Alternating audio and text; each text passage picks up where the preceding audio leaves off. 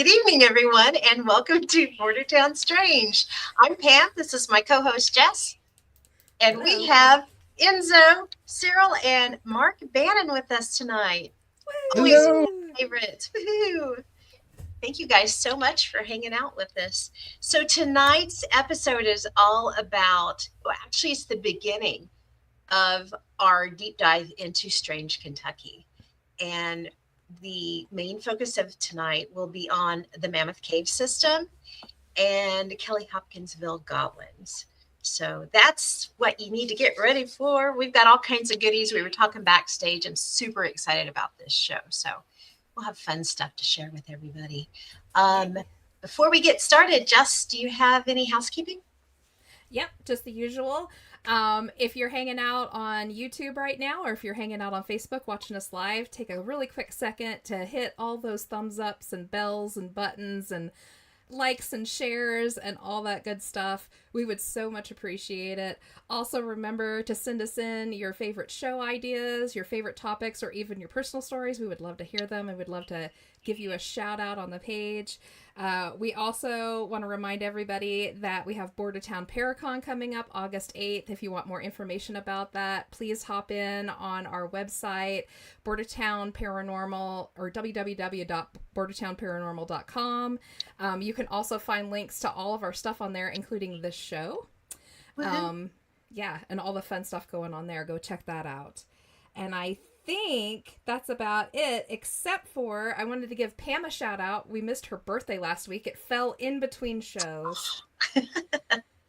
She brings joy every year to tax day. It means since we missed it that you didn't age a year this year. I love that. I'm perfect with that. It's like a leap year thing. Yeah. You know. Yeah, there you go. I like that a lot, actually.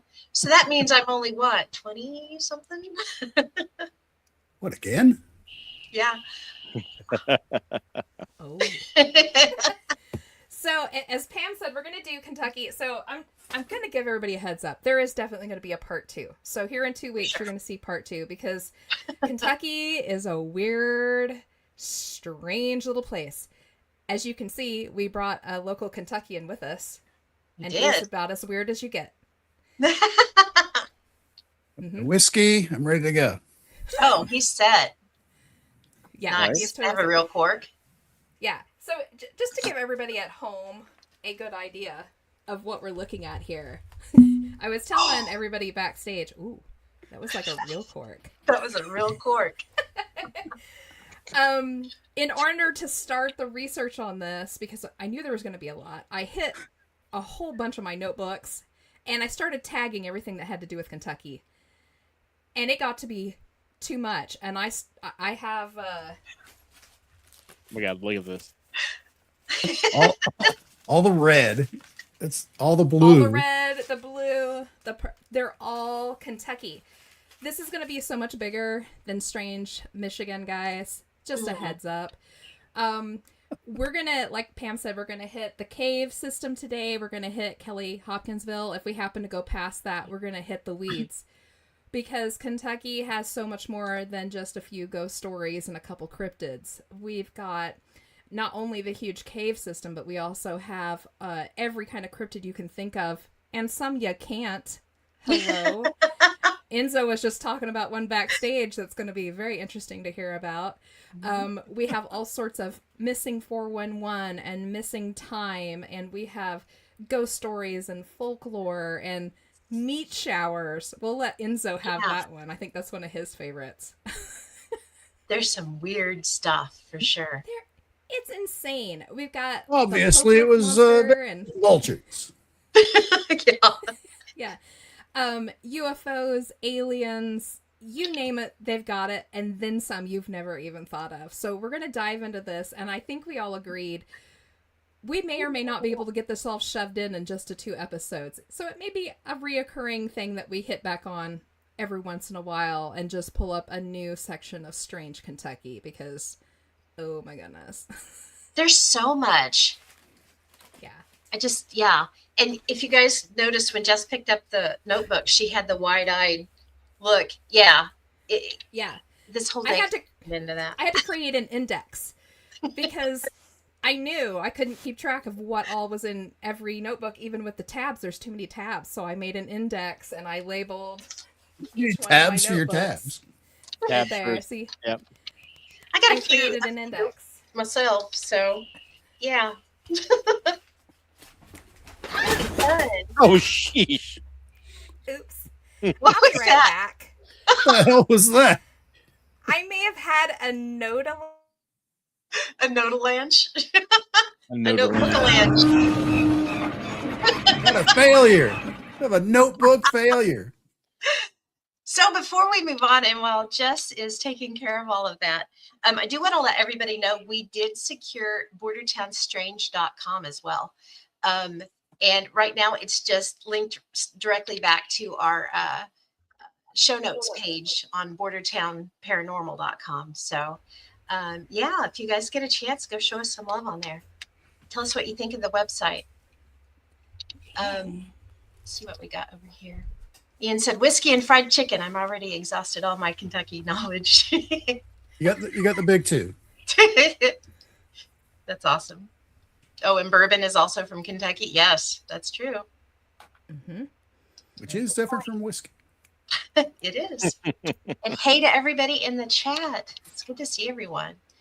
Okay, let's go ahead and move forward with the weird word of the week. It's my turn this week. And I found this one. I thought it couldn't be more perfect for this evening. The weird word is hollow murmur. And a hollow murmur is a subterranean whispering phenomenon said to occur in ancient cave networks, where natural acoustics mingle with geological pressure to produce sounds that resemble voices, tapping, or distant movement. However, and the part that we love, in folklore, hollow murmur is believed to be a communication from the unseen, not necessarily spirits, but entities that inhabit the deep places beneath the land. Some traditions claim these murmurs are warnings. Others say they are invitations. Dun, dun, dun. Yeah, I thought that was a fun one. And it's fun to say. Go deeper into the cave. Right? Yeah, if I hear a murmur, I'm out of there for sure. Definitely not following anything. I think all of us here know better. And hopefully everybody in the chat knows better too. Don't be following that crazy stuff. The man-eating demons. But do say it. It's fun. Hollow murmur. Hollow murmur. Isn't that a great word? Hollow murmur. I saw that and I was like, Hologram murmur. Hollow Sounds murmur, like a heart murmur. it condition. does, doesn't it? A hollow It murmur. does. Wow, way to bring down the room there, Enzo. I have a hollow murmur. A hollow murmur. It sounds like the Grinch has a heart problem. A hollow murmur. Mm. Hollow heart. A hollow murmur. Yes, But yes. it grew 3 sizes and is even more. All righty. So now that we've got all the intro and stuff out of the way, what direction do we want to go? Do we want to Well, pull let's up the start maps? with pull up the map. So we're going to start out with Mammoth Cave tonight because it's a pretty big topic. And I have found that a lot of the other things we're going to talk about, like in the next show, kind of leads back to the Mammoth Caves just a little bit. Cave-wise. I mean, we got a lot of cryptids that are popping out of different cave parts all over Kentucky. So, Mammoth Cave itself is really, really huge. You can see here on the map kind of where it's placed in Kentucky. If Pam will move to the next map, you'll see it takes up a huge section of Kentucky. Mhm. And it's even expanding day by day. We don't have an exact number on the miles of it because it literally gets bigger every week because there are people And- actively looking for it right now and going into new systems even as we speak. So The latest official number I saw was in 2021. They listed it at 420 miles surveyed. mhm. That's It's crazy. Yeah. So that many miles, it does take up about 53,000 surface acres. And of course, that is growing also as they expand and explore a little bit more. It also sits at this time about 30 stories deep. But of course, that is expanding too as they keep hunting up more. It just keeps getting bigger, ladies and gentlemen. And You it's can not hide just a under whole Kentucky. civilization there. Oh, for Yeah. sure. It's not just under Kentucky either. It expands into other states around it. So, Oh yeah. wait, Yeah. what are we doing? My computer's doing something. Oh, Oh, My computer's been acting really weird today, and it's giving me heart failure here. it's because we're talking about Strange Kentucky. it's getting you a hollow So- murmur. It's giving me something. Don't restart. If you restart, I will die. Okay. All right, continuing on while Pam's having her heart attack. Her For hollow hollow murmur. murmur.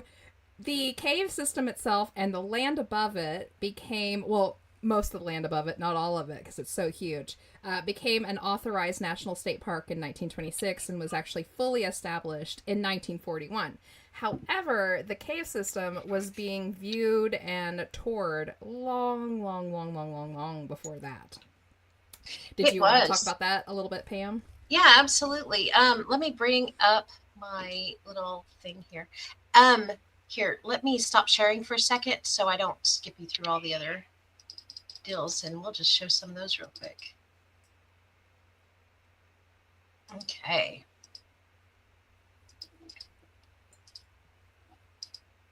Click, click, click, click, click. Okay, so like Jess was saying, the Mammoth Cave has been around for a while, and it's actually been a touristy spot for a very long time. And in fact, I found a visitor's guide, and it was called like Ramblings in the Mammoth Cave or something like that. And it was back from 1844, and it's super, super cool. All the stuff that they have on there. So they talk about, and the pictures that we're showing here, this was from a book, and it was called Illustrated America, and it's from 1886. And I wanted to show this so you could get an idea of what the cave entrance looked like back, and this was 20 years after this visitor's guide that I'm going to share a little bit out of. But how cool is that to see what they were going down into? People were like, there was ladies and families and all kinds of people. And when they went down into this, and at the time there were miles of cave that they were going through, and all they had were the little oil lanterns to walk through with. I can't imagine just how spooky that would have been. Oh yeah. No, thanks. Well, and they've dated back some of original Native Americans that have gone back there from like 1200 BC, that they've found some stuff way back in the, they attribute the early Native Americans from the 1200 BC range to exploring about 19 miles worth of tracks and caverns, because it's also important to remember that Mammoth Cave, I mean, it's called Mammoth Cave because it's so honking huge. Yeah. They didn't find mammoths in there. Well, maybe they, I don't know.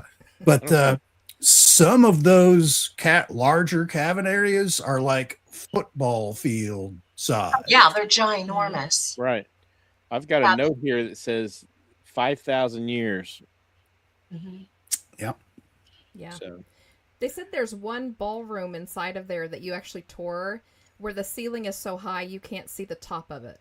Yeah. They can't shine enough lights up to reach through the darkness to hit the top of it. How freaky is that? that's Super pretty crazy. One thing that I thought was really cool out of this visitor's guide, they talked about the different independent attractions that can be found inside the cave itself. And like you said, they called it a capacious ballroom. It was 90 feet by 30. And this was back in 1844. And you know it ended up being larger than that. It had a fine band of music, a 10-pin alley, romantic walks and carriage drives in all directions, rendered easy access. Yeah, so I thought that was fun. And then they had some interesting facts that they added in. And again, this is 1844, so what constitutes interesting? I don't know. Number one was no accidents of any kind have ever occurred in Mammoth Cave. And I think we can say that's not true. Somebody's pants are on fire. They are. Oh, and number 2, visitors going in or coming out of the cave are not liable to contract colds, or on the contrary, colds are commonly relieved by a visit to the cave. Now, when you go over here, you might get tuberculosis. Exactly. Stay away from those little cabins. Do that. Number 3, no impure air exists in any part of the cave. Oh, And number 4, reptiles of no description have ever been seen in the cave. On the contrary, they, as well as quadrupeds, avoid it. That's a big fact. I think there was a lot of pants on fire. Mm-hmm. oh yeah. And to be Flaming. fair, like it was only a few years ago, but they did classify, Mammoth Cave as its own separate, unique ecosystem. Yes. There are creatures down there, none of them, crazy big or anything like that, that are specific only to that cave system. They're not found anywhere else in the world. Which is just And- really cool. The Mammoth Cave systems in Kentucky were responsible for Edgar Rice Burroughs' inspiration for one of his novel series. Yes. Journey to the Starting center of with the that. earth. Oh, wait, that's The Yeah. Pellucidar series. That sounds fabulous. Actually, there's quite a few books that came out of it. One of H.P. Yeah. Lovecraft's very first Yep. big haunted stories was based on the caves. It was called The H.P. Beast in Lovecraft. the Cave. He wrote in 1905. It was all about a tourist that got separated from his tour group and then got chased down by an albino huge crazy man thing. So, Yeah. I would watch that movie today. I would Right? watch it. yeah, That's After right. Earth Sounds great. 4 was one of the first ones that Burroughs wrote. It was inspired by this whole cave system. Yeah, it's very cool. So there were quite a few other little interesting facts. One of them was wild. It says, and it's number 10, and as we can tell with the first few that we've talked about, they're not always the most truthful. Is that a good word?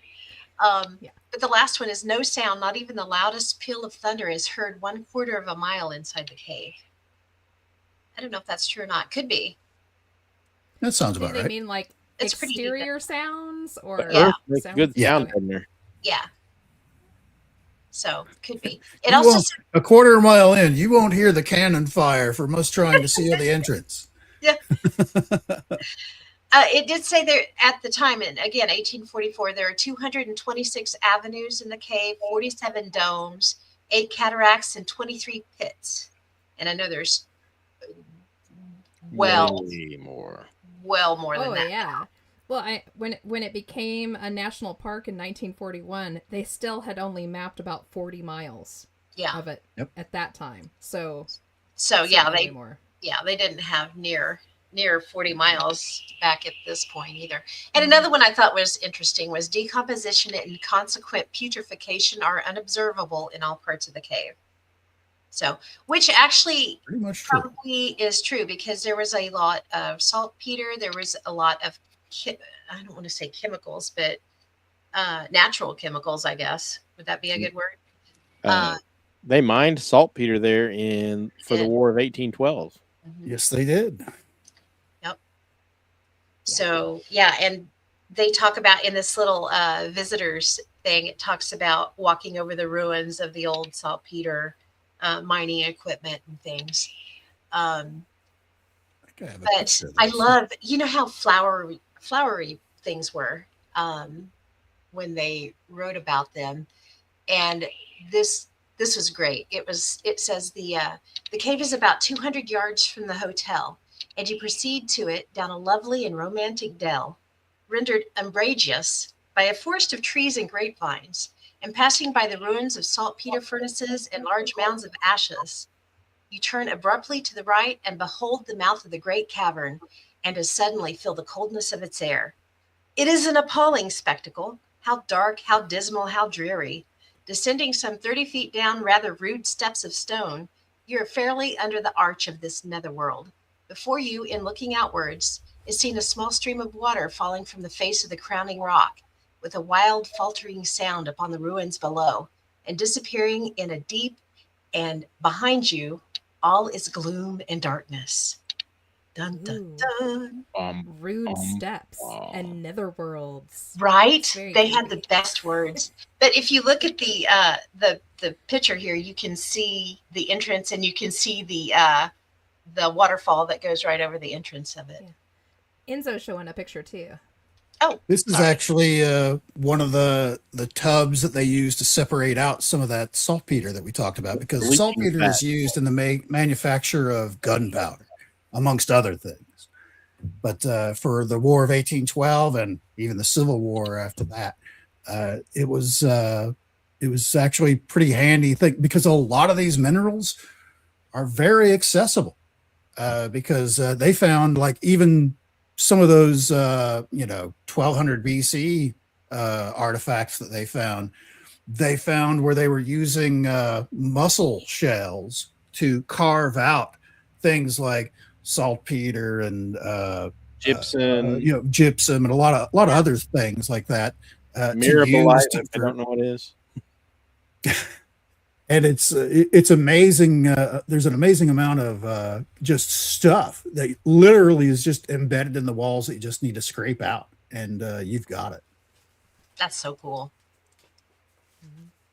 One thing I wanted to point out before we move on, because I know we have a lot to cover, it does talk about, they talk about the guide that takes them down. He placed on his back a canteen of oil. He lights the lamps and gives one to each person. So you're going through this subterranean journey with this little bitty lamp, which anytime a big, nice wind comes whistling through the tunnels, which it does, it would blow out those lights, blow out the little fires. So that would be spooky, I think. But one of the things that I thought was really cool was they talk almost off the bat. It says, at the place where our lamps were lighted are to be seen the wooden pipes which conducted the water as it fell from the ceiling to the vats or saltpeter hoppers. And near this spot, too, are interred the bones of a giant of such vast size as a skeleton, at least of such portions as it remain. With regard to this giant, or more properly skeleton, it may be well to state that it was found by saltpeter workers far within the cave years ago, and was buried by their employer where it now lies, to quiet their superstitious fears. Not, however, before it was bereft of its head by some fearless antiquary. So they actually had Where he has a giant skull sitting on the mantle. Yep. Too funny. But yeah, I thought that was cool. And they found more than one mummy and skeleton and things in there too. Yeah. So. And that's not the last time you're going to hear about giants in Kentucky. Nope. No. Oh no. Many pages of that. But that'll come later. I mean, we've met Enzo. He is rather tall. Yes. And why? Mm-hmm. I am giant in all proportions. But yeah, it is fun because like, I know as a kid running around like like city parks in Ashland, Kentucky, which is where I grew up, and which is like the northeastern part of the state. I was running up and down these mounds that were built into the city park, little trails, just running up and down. Kids like, no, these are mounds. Your classic Moundsville. There's probably somebody buried underneath of all that, and I'm just like, yay, running up and down it and cutting little trails and stuff on it, not even thinking about it. No signage saying, hey, this is a possible grave site. You're jumping all over. That's wild. And aren't there some in the city park there, right? Is that correct? Where is it? There's a well. They're kind of all over that whole region, like the southern Ohio area, West Virginia, Kentucky, down into Tennessee. You'll find little spots of those mounds, and as sad as this is to say, early settlers, when they would come in, they would just be nice fertile tracts of land that they want to settle on, and there's like these weird mounds, like just dig that up, get it out of the way, just throw it away, whatever it is, just shove it all off over here. And that's what happened to a lot of those old mounds. And some of the bigger ones they built houses on to keep them from flooding. Yeah. churches a lot of times would go on top of those. Man, that's wild. Yeah, it's easy for us to say, man, that's wild, and I can't believe they did that. Who knows? Life is different back then. Yeah. Times were different. Meanwhile, we're 20 minutes World away War. from a city where they put their water tower on top of a mound. A huge mound. Yes. Yeah. They sure In fact, did. they sheared the top of it off so it would be nice and flat for the tower. So, Yep. yeah, we can't say anything here either. Yeah. Yeah. Yep. Yeah. Gotta love it. I mean, there's part of me that just wants to lump it into ignorance. It's like, oh, well, they didn't know there was but I mean, during the excavation, basically knew. the just chopping down removal, I'm sure they had to discover a bunch of bones and something Yes. else. Yeah, Oh, I'm just didn't sure. care. For sure. Yeah. Out with There's the old. pictures. Yeah. There's pictures of it. It's off to the west of town. And in the old pictures of the old downtown, you can see it in the background. There's no denying what it was. It wasn't shaped like a regular hill or anything. It was Yeah. obviously mounded. Yeah, in fact, if you look at it from above, it's actually more of a pyramid. Yeah. So, I would like to see this place. Yes. Yeah. They It's found very close. Let us know. We'll take you to it. they found offerings around the base of it. To a water tower? Right? Offerings to the water god. all right. Do Like you that. have any more on that, Pam? Or did I do, but I can Okay. talk about it later. I don't want to, because there's plenty of other stuff to go over as well. I did put up these two pictures to show. These are all drawings. They had some really good names for everything. They had like the bottomless pit. They had the church. They had the river Styx. They named some of those. They had the Devil's Armchair, I think, is in there. Mm-hmm. They had some great names for stuff. Yeah. I think first off, let's get into like the spooky stuff. That's why everybody came for the Okay. weird and the spooky. Absolutely. Let's start off with Corpse Rock, because we've all been just talking about the crazy ass doctor getting ready for the show. Yeah. Does anybody want to take that topic on? Oh, nobody jump. I'll do it. Go, Jess. All right. So there is a area in the Mammoth Cave system that was kind of like a tuberculosis type of situation. It was a little hospital. It was ran by a doctor named Dr. Krogan, who actually had TB himself. Of course, back then they called it consumption. There. Right. The consumption. There we go. The consumption. He believed that the cave's cool weather, which was a constant 54 degrees, and light moisture would be very beneficial to people who were suffering from consumption or tuberculosis as we know it now. Yeah. So he started like a little colony down there. He had these little cabins built, or they also called them huts, that would house a few at a time. I believe that there was 15 of these huts and 18 consumption patients the first year. Right. Unfortunately, within the first year, a few of them died from What? being down in the cold moisture. Oh, Yeah. here, let me drop this. I'm sorry, Enzo. There we go. Oh. It's just a different angle of this one of the same buildings that is down there. It's still down there today. You can go Yes. check it out. You can go down and see them. Right outside of one of the front ones is something that they called Corpse Rock, and it's still there. When people with consumption passed, while they were waiting for them to be removed up and out of the cave, because it took a little bit, they would put them out on what we now call the Corpse Rock. It was nice and cool up there, keep them up off the floor so they could be easily moved later. Now, apparently, this entire area is extraordinarily haunted, especially Corpse Rock. They say a lot of times when the tour guides are taking tours through, they'll hear coughing and hacking and moaning sounds. And they've also said that they see shadows lurking in and out of those buildings and around Corpse Rock itself. Some hollow murmurs going on. Hollow murmurs, yeah. So Dr. Krogan, excuse me, himself is thought to actually haunt this area. He too also passed of tuberculosis or consumption.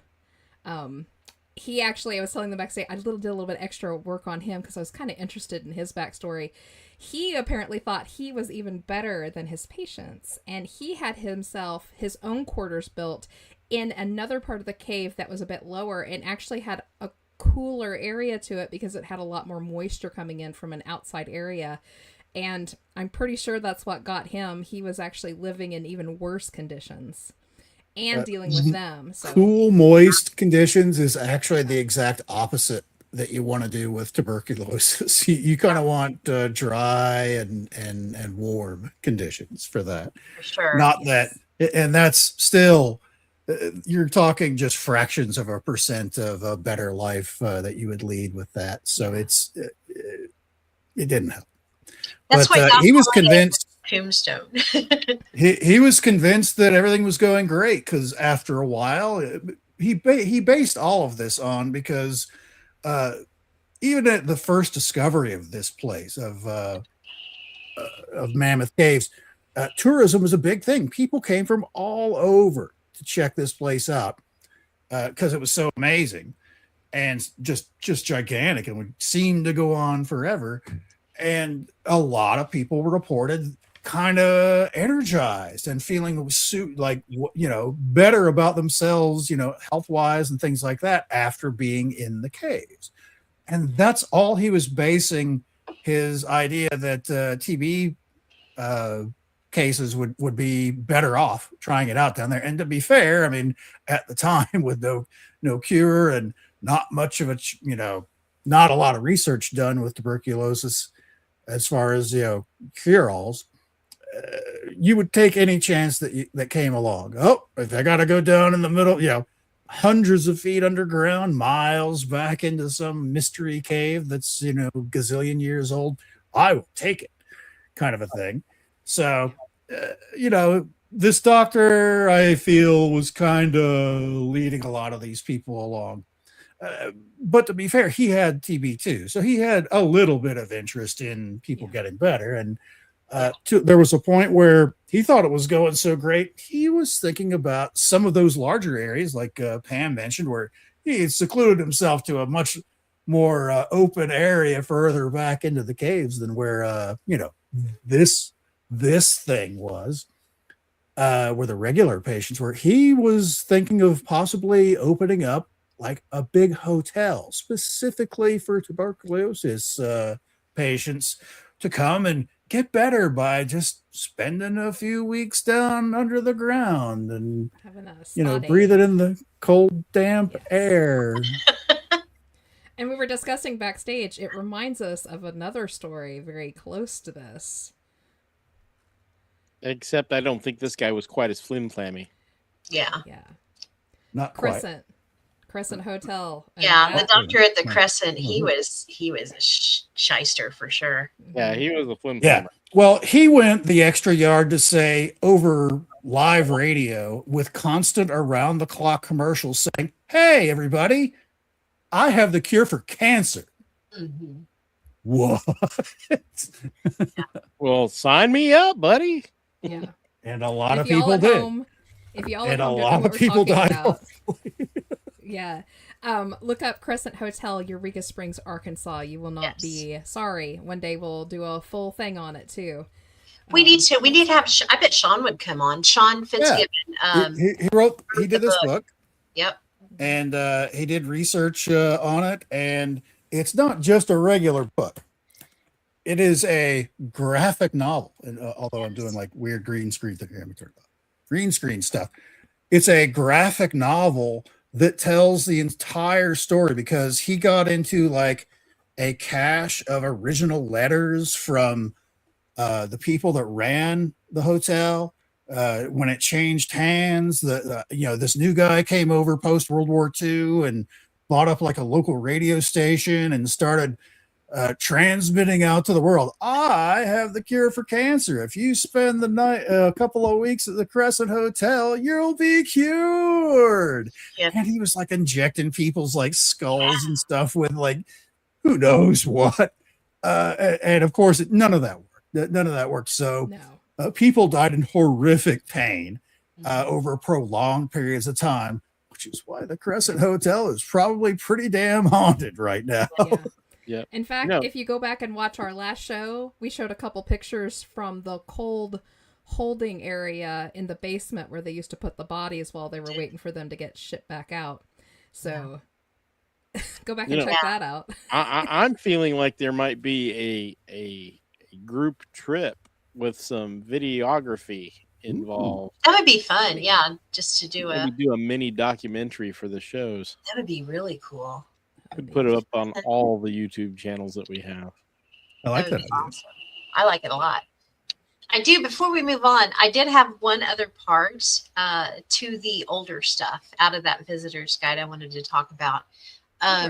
So back in 1840, let me take this back a little bit further than that. Back in 1814, two of the miners that were there, they found a mummy on what they called Audubon Avenue at the time. And it's actually known as also the Bat area. They concealed it for a time, thinking that they would go back and make some money off of this, you know. And so what they did was they placed large stones over top of it and to mark spots on the wall so they would remember where it was, but they never got back to it. And in 1840, the present hotel keeper in 1840, his name was Mr. Miller. He learned about this. So he went in search of it and he found it. It took him a while, but he found it. And the markings on the walls, and he found the large stones. And when they moved them, there were the mummies, or the mummy, and it was smashed to smithereens because they had placed large stones on it and it had completely pulverized it. So that was really sad. And what year was that? That was in 1814 when they hit it. He found it in 1840. Yeah. Mm-hmm. And then there was another gentleman that came through.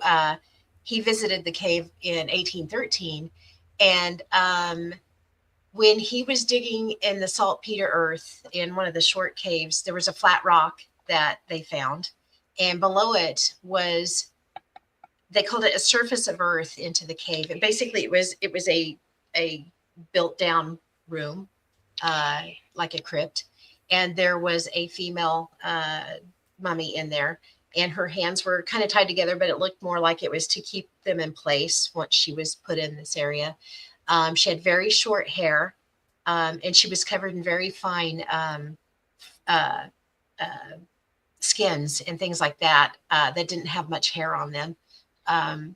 But the cool part of all this, you know, she was covered in ornaments and everything, and her body was in a state of near perfect preservation, and it was sitting erect. And she was wrapped in 2 deer skins. But the cool part that I wanted to bring it up was she still had hair on her head. It was very short, but it was there. And the color of the hair was a dark red. And the teeth were near perfect and white. I thought that was interesting. Was she extremely tall? We've got Enzo's interest now. You know, the mummies in the sitting position is a common burial position in South America. Mm-hmm. It is. And I thought it was interesting because you don't really, at least in this area, I don't recall a lot of burials that were done like that I can. Yeah, there was. Was there a bunch? The entire Ohio River Valley. Have the setting mummies? The very tall Indian tribes, the tall, white, blonde-haired, blue-eyed Indian tribes were all buried like that. Setting up? Okay. Mm-hmm. I forgot Which we'll talk about later. Giants in Kentucky. That's another fun, huge topic. Yes, and they did judge this figure. They called it a very tall female at about 5 feet 10 inches tall. So she wasn't huge, but and she weighed about 14. By today's standards, I mean, that's 5'10" would have been like NBA status thousands of years ago. And 5'10" is still fairly tall for a woman today. Mm-hmm. Right. Way taller than me. Yeah. Word. Way taller than me. And the entire mummy only weighed 14 pounds. So that tells you the Been there for a while. situation with the saltpeter and how it really contributed to the formation of the mummies there. So Was that the one that was found by a tourist? Was that one of those? yes, this was a Is gentleman that had came in as a tourist. They called him an academic, though. He was an academic tourist. nerd? Yeah, got it. He was a big nerd, but he did find it. And he goes into very, like, 2 pages worth of exposition about how it was placed and what all was on her and the ornaments that were found and things. So it was pretty interesting. But yeah, I thought it was pretty cool. That's I did want to pretty throw that in there before we moved on. Cool. Yeah. All right. So, okay, we talked about Corpse Rock. Now we're going to move on to the Methodist Church. There's actually an area inside the caves called the Methodist Church.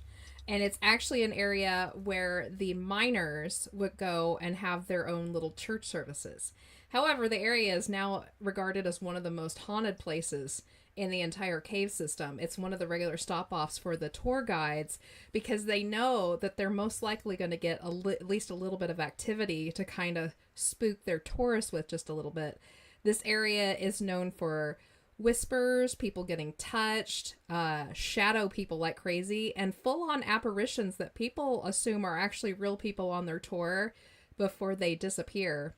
I found a really good story from a tourist that went just a few years ago and said that while on the tour in the Methodist Church area, there was a gentleman standing beside a woman, and he kind of smiled at her and nodded, and she smiled and nodded back. And the tour guide turned all the lights off. They like to do this in the caves, so you can kind of get a really good idea. If you go a tour on any cave anywhere, especially in the United States, there will be a point where, like, okay, everybody, make sure you're clear next to everybody else. We're going to turn the lights off for a second. Tell us what you feel or whatever. Yeah, that's happened to me. Yeah. Boof! It's just total Yeah. darkness because there's nothing. Can't see your hand in is front of your going on. face. Yeah. Yeah, it's So freaky. they did this in this spot. They turned off all the lights. She was sure, really scare them because they've just told them all this, folklore and legends. And they turned the lights off and then they turned it back on again. And when they turned it back on, the gentleman that had been standing beside her was suddenly gone. And she actually spent the whole rest of the tour looking for him. She said there was only about 20 people on her tour. There's no way she could have missed him coming in because by this point they'd already been like halfway through the tour. And there's no way he could have walked away while they were in the dark. And later on, she asked the tour guide about it. She was like, hey, how many people did we have on the tour? And she had one more in her count than he did. So I thought that was pretty. A spectral guest along with them. Spectral, yes. Very prevalent in the Methodist Church area. Very Yeah. So And I think wasn't that the build up for like this structure and stuff like that was because we had mentioned how like they mined saltpeter in 1812 and stuff like that. That was all actually mostly done by African American slaves. Yes. Mhm. And they had a big part in building up like the Methodist Church area. And a lot of those, people, even post Civil War, stayed there and actually were the first tour guides Yes. at the Mammoth Cave. Let me bring that picture. We have a couple more pictures. I'll bring them up real quick so we can Oh, show. sorry. No, you're good. No, that's playing right into bring this. up Stephen Bishop because that's a good time. Yeah. So Stephen Bishop is one of these gentlemen that Enzo's kind of talking about. Stephen Bishop was actually one of the first kind of like major explorers of the cave. He also taught classes on the cave and he took tours. And actually now horribly haunts the entire area and even the cemetery where they buried him at. I think it was out on I think it's a Baptist church right near the cave entrance. There's a Baptist church out that way where he's buried at. There's a stone there in the picture. He shows up as a shadowy figure with a lantern. He'll show up on tours. They'll see him off in the distance. They'll see him near the cave entrance. And they also see him at the church, oddly enough. So bet. he might have been the tour guide that they were talking about in that little visitor's guide. Yep. It may have Probably, been. yeah. Because he passed away in 1859, so Yeah. could have His been. most famous way to show himself, though, is by handprints. And I read about this. I thought it was very interesting. There's some areas in the cave where they will take tourists to, so you can kind of see how the, and I don't remember the name of it, the specific type of fallout that happens from the water leaking over and over again. Not the stalactites and stalagmites, but where it just rushes down the sides of the rocks and makes that beautiful, like, glistening white stone and stuff. Yeah, like Right. Yeah. They've reported that while standing in front of these areas, handprints will suddenly form right on the slick stone, as if someone had just put their hands there and it kind of dried that area really quick. And they say it's him. Yep. Okay. That's pretty cool. I've got that he often presents himself as a man in a slouched hat standing on rocks or holding a lantern in the distance, only to vanish when approached. Yep. He's He may be the guy that was standing next to the lady, Yeah, maybe so. May have been. Hey, making sure that they were doing the tours right. No, Uh, we've often There's seen around that another- area. Very cool place. Yeah. There's another explorer that haunts the area too. In his name, they call him Old Lewis. He's a former explorer of the cave, and he was also buried at that same local cemetery. I couldn't find a picture of his headstone. I'm not sure if it's there anymore. They did dig him up at some point and reinterred him right at the entrance of the cave. So you actually walk past his burial every time you go in to view Mammoth Cave. Wow. And now he supposedly haunts that front entrance. I would too. I'd been like, why the heck yeah. Well, I did you just have to heard- dig me up? Now I get covered in bat crap every night. We don't have a picture of his tombstone, but we do have a picture of the entrance today, what it looks like, as opposed to that drawing back in the 1840s. It doesn't look Yeah. that much difference except for the addition of ramps and stairs. Yeah, A lot nicer to get into. yeah, Yeah. for sure. Yes. Looks like they rerouted the stream of water down your head too when you walk in, maybe. Such a shame. Taking all the fun out of everything, huh? Yep. Okay, so let's keep moving because there's more. So there is also a cave hat man. And I'm thinking it's not the hat man that we have covered before. This is another gentleman who just happens to wear a hat, and he is also seen off in the distance just about everywhere. And like Mark mentioned about the other ghost, this one also has a tendency to kind of pop out of existence when you start getting just a little bit too near. And also when you shine a flashlight on him, tour guides will often do that, thinking that one of their tourists has made, off on their own and shine a flashlight, and there's actually nothing there. Can you imagine how creepy that is to see something like that in a cave? Yeah. You can't readily get out. Yeah, and you like Yes. flash your light at it, and then you Yeah, give it away. you would hear some of these little footprints stampering away. There's a lot of reports during the blackout experiences of footprints or footsteps approaching the tour groups. Yeah. Yep. Yeah, we're all I like, believe it. Yep. Yeah. uh, I found another story, which I actually ended up finding out was not true. It was a story that was made up by a newspaper. However, the amount of people that mention a haunting that's exactly like this makes me wonder if they have created a tulpa inside the cave also. very possible. This All that ghost is called limestone? Melissa. Yeah. She was a young girl, not super young, but young enough, who actually had fallen in love with her tutor, and found out that he was actually due to marry a woman.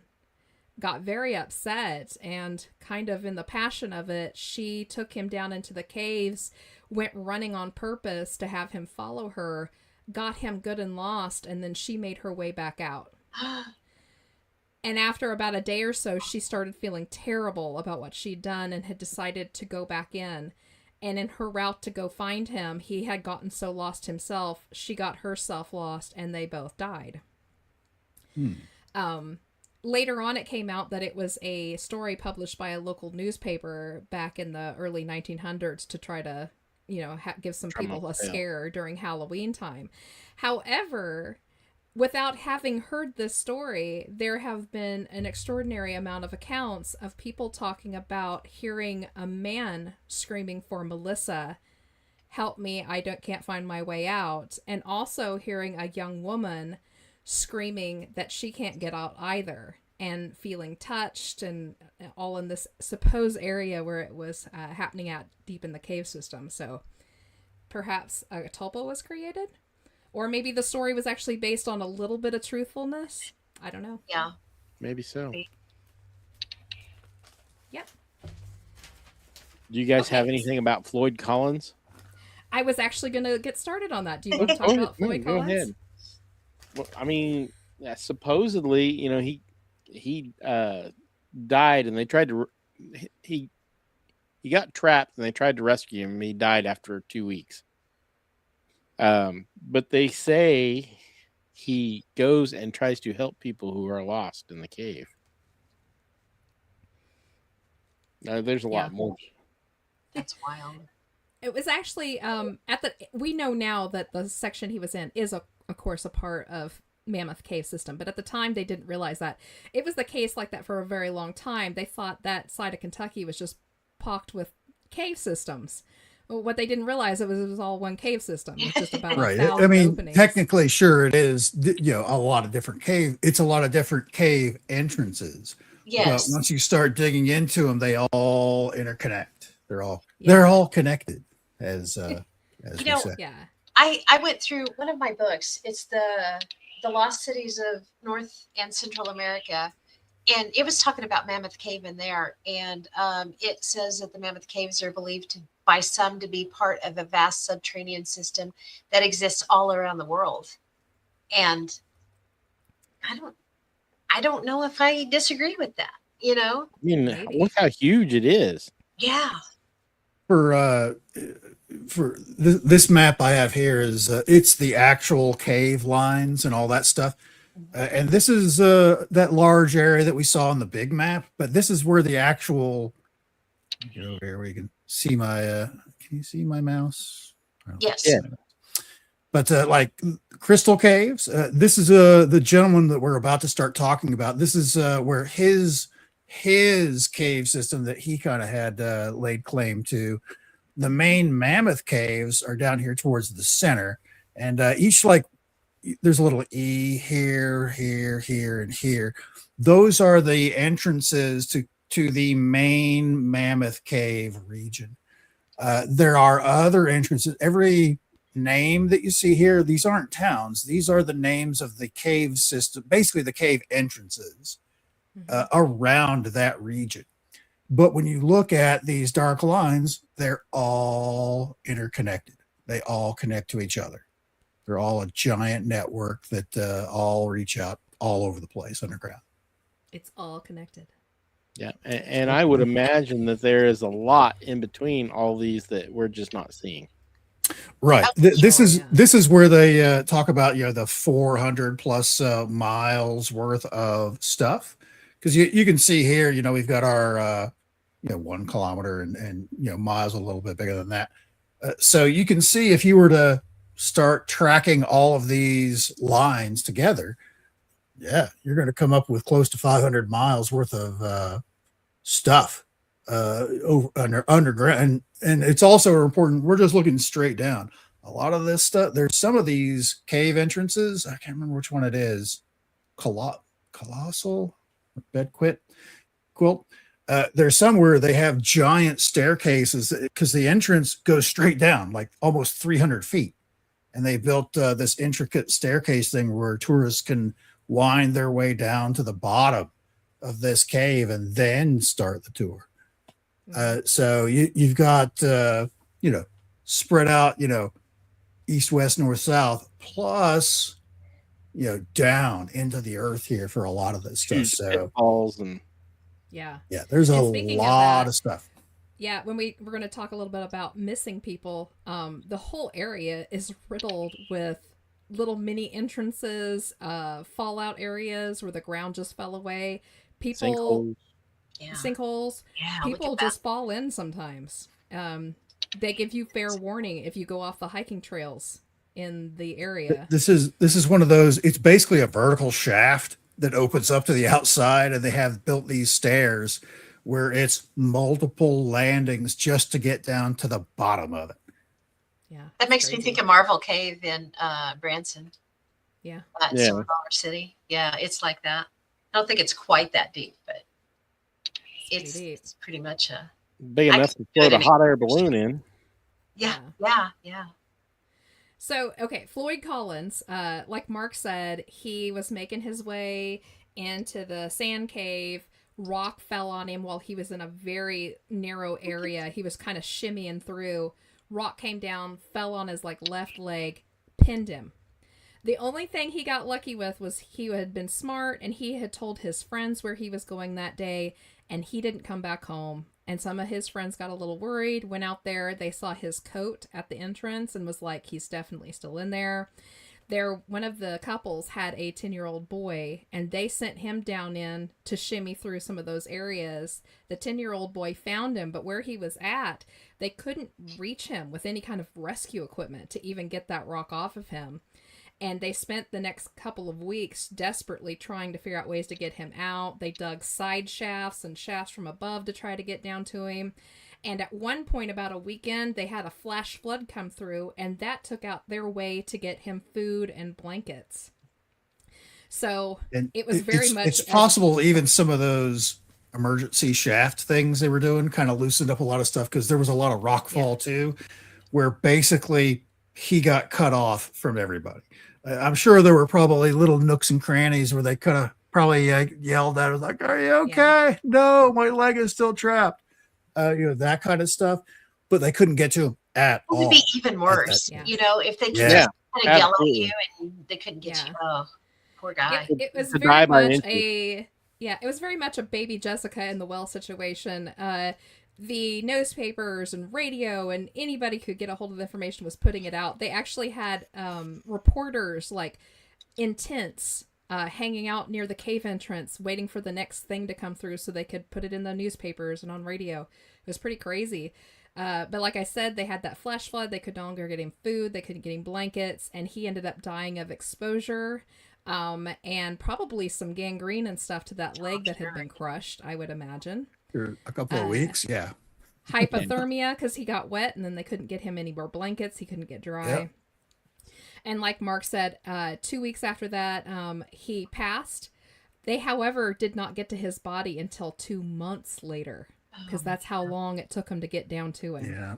To clear all Terrible. that debris. I'm surprised they from the didn't rock leave fall. me, honestly. Yeah.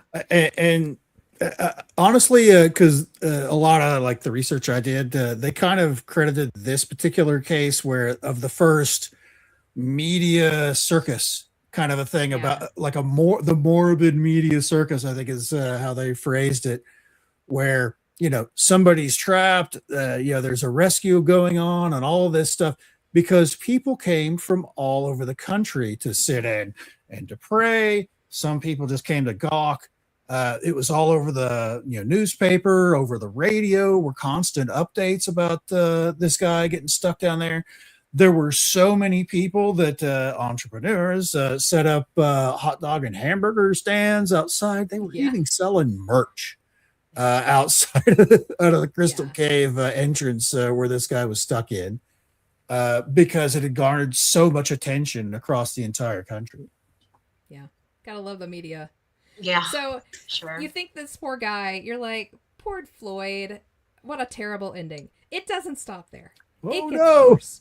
I am not shocked that only this dude beginning. is haunting the entire cave system. So after this happened, this was such a media frenzy, like Enzo said. He was still famous even in death. So they thought, let's take advantage of this. And they took his body, which had already started drying out because it was deep down into the cave, and they put him in a casket with a nice glass lid so you could see down inside. And then they spent the next, 40, 50, 60 years, passing him around to different sections of the cave so he could be a part of the tour guide stuff. He got looked on by every tourist that came through that cave. He sat in different sections for a while. He even sat at the front entrance for a while. And unfortunately, I think it was like in the 60s or the 70s, somebody stole his body. Somebody busted open the glass case and swiped his body. They did find him. They found him in Yeah, the field. it was not that far away. Unfortunately, the leg that had trapped him in there was also missing. I think they did find that eventually, but when they originally, found basically it's just a skeleton at that point. That his original, was it his left leg or his right leg that was trapped under the rock, that he was stuck there? Why they didn't just hacksaw it off, which would have been a classic. Honestly, that's like Civil War type field surgery that they probably would have done, and he probably would have lived if they had done that right away. But whatever, they thought they could save him, I guess. But anyways, he eventually was reassembled and reassembled, put back in the coffin and added back to the tour. Patched him up they kept him. Put him back. Yep, put him back in. Put him back up on display. Yes, poor beggar. In fact, so callous. he went back on display, and then they finally interred him back into another area that was not on the tour anymore. It was in the Crystal Caves, I believe. They put him back down into the end of the Crystal Caves, which were not on the regular tour anymore. I actually have a ghost story from that I'm going to tell here in a minute. But after he sat down there for a little while, they finally released his body back to his family so they could bury it in 1989. 89. Good 89. Lord. Yeah. So the fantastic ghost story I found, I was so excited when I found it because it's a good, like years. solid, old-fashioned, like good ghost story. So, this happened on July 22nd, 1961. It would have been not that long after they got his body back. He's sitting down in the bottom of Crystal Caves by the old tour office, just sitting collecting dust. And there was two researchers, Will White and George Deek, who had come down into the Crystal Cave systems to do a little bit of research. They were independent researchers, and there was a place down in the bottom. There's an area in there called the Grand Canyon, and they were needing to get down to the bottom of that to do their research. And on their way trooping down there, they suddenly heard a phone ringing, which was a little weird and out of place, but all of these cave systems have little offices in them, so they could contact each other, blah, blah, blah. So they decide to follow the sound of the ringing, and they find it. They find an old Army-style phone hanging on the wall of this little office, literally 10 feet away from poor Floyd's body. And they're a little weirded out by it. They're like, ugh, body alone in a cave, but okay. And Will White ends up picking up the phone and answering it and saying hello. And he says what he hears on the other end sounds like when somebody turns a phone on but doesn't say anything into it and just sets it down. And you're hearing kind of the ambient noise of a room. He thought he heard maybe a conversation going on in the background and the sounds of stuff maybe getting moved around on a table or some footsteps. And he waited a little while and then said louder, he said, "This is the Crystal Cave system. Is there somebody needing to speak to us?" And when he did, he heard a really, really weird sound and the fumbling with a phone and then a click. And they thought, well, that was strange. But they let it be. They headed on down into the cave. They did their research. They were there for a few hours. And then when they got done, they were heading back out. And the other guy, George Deek, said, hey, let's follow that phone line back out. Because, of course, you can follow the line out. It's not embedded in the wall or anything. So they decide, let's do this. So they follow the line all the way back out through the front of the cave, and it ends up at the little old ticket box where you would get your tickets to go into that side of the cave. And they followed the line right up there, right to where it had been snipped completely in two. It was all rusted. So where was the phone call coming from? It was coming from inside the cave. It's coming from inside the cave.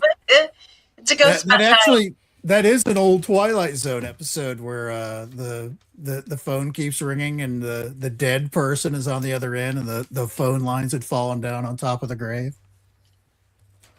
Yep. It's good I stuff, have a man. good ghost story like that just from Katie. Just throwing this in real quick.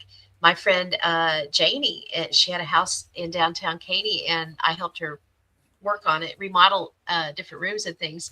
And she had put an old phone in upstairs in the hallway, and we knew it was up there, didn't think anything of it, and it started ringing, and we were like, hey, that phone's ringing. We don't know why the downstairs one isn't ringing. Something's wrong with it. And she was like, I took that phone out. I took that phone out. And we were like, what? She's like, I took it out. So we start going up the staircase, and it was like when you came up the stairs, it was just to your left. And we get up there, and the phone was sitting there, but the wires were not. She had undone the wires. It wasn't connected. Creepy. And we heard it ring. We all heard it ring. And this was well before, this was like in the late 80s, early 90s. So this was before cell phones. Wing, wing, wing, wing. Your friend is calling. Do you remember that old, because it was the phone that you had to, it was a rotary phone. Rotary Mhm. dial. Do you remember that old ring that it did? Yeah. That's what it was doing. Yes, that's what it was doing. Was that ring really loud? Yeah. I can hear it right now in my head. That's kind of flashback to the 70s. Yeah. It's not the first time that's happened, I imagine. But Probably not. Okay. Moving on, because we're Sorry. running out of time. We haven't even hit Kelly Hopkinsville yet. No, we haven't.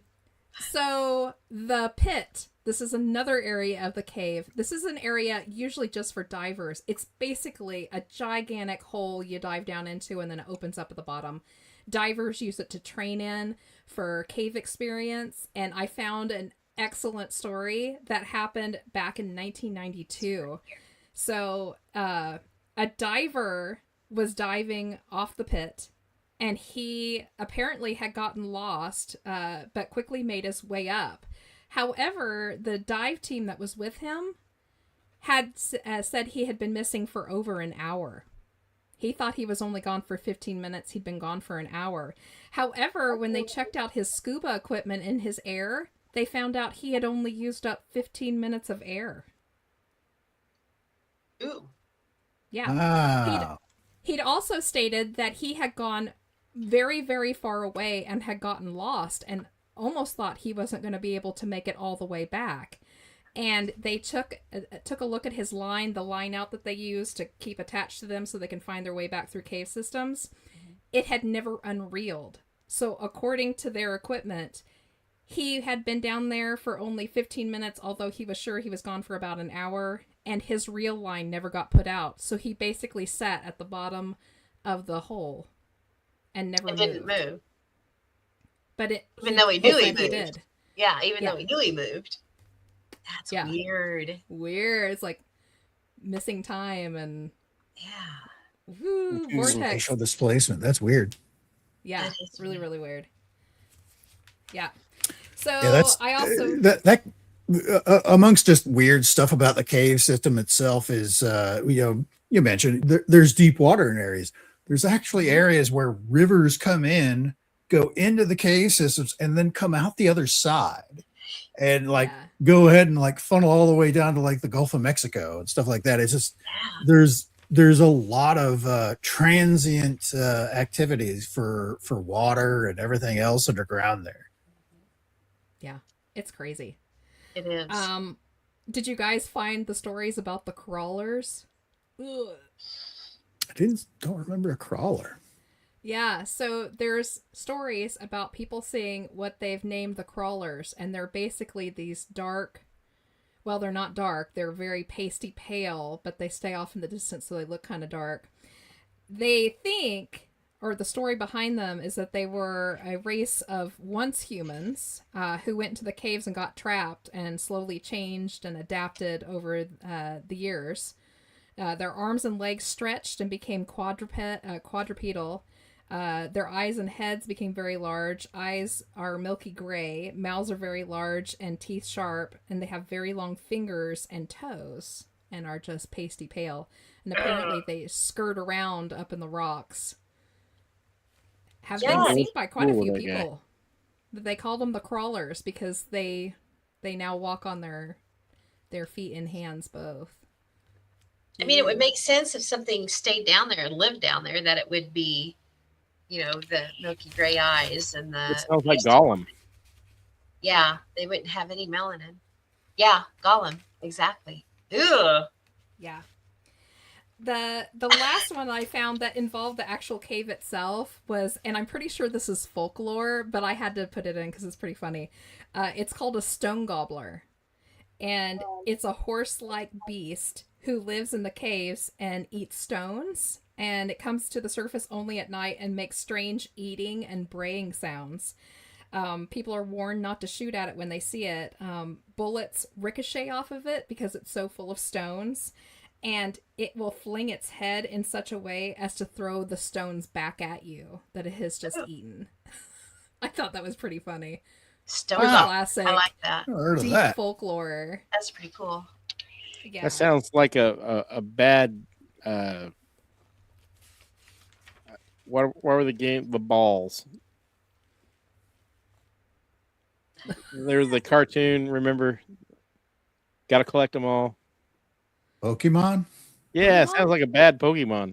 Oh, Okay. gotcha. I didn't know where you were which way going. that was going. Sorry, Glad that ended up there with that starting point. I never messed with those dang things, so Yeah, don't mess with the ball. Yeah. Yeah. Never. So, okay, there's even more to the cave, but we don't have time to get completely detailed about all these little ins and outs. I do, however, before we move on to the next topic, I want to touch on what happens up above the cave system, up on regular ground where we're at. So much happens up there too. It's almost like a high strangeness area. You've got tons of Bigfoot. In fact, I found a Bigfoot sighting just from a year ago. Crazy enough. There was a huge one back in 2019 that involved an entire troop of Girl Scouts. Crazy. What? Dogman. I didn't hear that one. Save the Samoas. Yeah. All sorts of cryptids. Weird, strange, missing 411, and of course I mentioned earlier when Enzo was talking about all the little pits and stuff like that. I almost attribute a lot of those that have gone missing to people who have fallen through into areas that are not searched. Right. It happens. It They give could. you warnings when you're out on the Tons, hiking yeah. trails not to go off trail. You never know. Yeah, it could definitely happen. Before we move on, I will throw out Josh Gates' show, Expedition X, about a year or so ago. They did do a paranormal investigation in Mammoth Caves, and I to be fair, I didn't. It's like an hour plus, and it's free on YouTube. Where just go up into the search bar on YouTube, Expedition X Mammoth Caves, and you'll find that there's some interesting video that they caught where it's actually not entirely different from what I may have caught last Friday, to be honest. There's some shadow movement in the cave that is interesting, and some sounds and stuff like that. So, but it does get into the lore, gets a little bit into the history. And if you're not familiar with going into the caves, it's a very good introduction for what it takes to go down into some of these areas, tracking that down. And it's an easy watch, and it's free. So check out Josh Gates' work. It's a win-win. Very cool. Very cool. All right, before we move out, I actually found, I was super excited. The doctor case kind of reminded us of Crescent. Well, I found a case that reminds me of Terryville. I found the Mammoth Cave murderer. Yeah, Ooh. Apparently back in the day there used to be a inn right near the mouth of the cave that would, of course, allow the local tourists to come in and have a place to stay if they were going to be in the Mammoth Cave area for a little while. And this dude would pick out the ones that had, were the wealthiest, it looked like they had the most stuff to lose, and would offer to take their horses out back behind the inn and stable them. Well, out back was a sinkhole. And he would run their horses into the sinkhole and then turn around and run back into the inn and say, oh my goodness, the horses just went into the sinkhole. You've got to come help me get them out. I can't do it by myself. And the owners, of course, would come running because back then, your horses are your car, basically, Yeah. That's a lot of money. They would come running and he would point the way and let them get in front of him. And when they got up close enough to the edge, he would just boot them over. And go back and, steal everything out of their luggage that he wanted, chuck the rest of the luggage and any sign of them left down into the hole, and then start all over again. Went on for quite a number of years before they finally caught on when they started noticing that people were missing. Sounds very much like our benders. Benders, yeah. Yes. Big time. Wonder how many bodies they found in the bottom of that sinkhole. I don't know. I'm still curious to see how many they're going to find additional on the Bender's place. Yeah. They're looking now. Yeah. All right. Does anybody have anything else they want to talk about Mammoth before we move on? No, I'm not tonight. I'm sure I've got a lot. We spent a lot longer than I thought we would on that, to be honest. It's a big We haven't even topic. covered it all. There's so much craziness. There's more. But Yeah, we pretty much we raced get through all of. I think the cave systems there are probably key to a lot of the weird stuff that goes on in Kentucky. Yeah. Yep. Ginger said plesiosaurs ate stones to help digest their food. We're getting ready for summer reading at the library, and the theme is going to be dinosaur related this year. I can't remember exactly. Is it dig into a good book or dig into good stories? I can't remember. Sorry, Ginger. She'll tell me what it is, I'm sure. Mm-hmm. Stones are crunchy. They break your teeth. Yes, they do. And then Enzo. Yep. Yeah, it makes sense. Yeah, and their craw. Mm-hmm. Okay. Woo. All right. Let's move on so we can squeeze Kelly Hopkinsville in there before we... Think we can? Yeah, we can. It's not the hugest story. It's just a lot of, theories. Do you want me to bring up pictures, or do you want to talk a little bit about it first? I'll go ahead and bring up the pictures and we'll talk about it. They're fun. It's fine. Yeah. So if you've never heard of the Kelly Hopkinsville encounter, or the Kelly Hopkinsville goblins, or the Kelly goblins, or the Hopkinsville goblins, or the green monsters of Kentucky, they've got about 1,000 names. You've been under a rock somewhere, because this is one of my favorite ones in growing up and then through high school, delving into the Ripley's Believe It or Not books, and the this was in there. This is the one you always had to go check out. Yeah.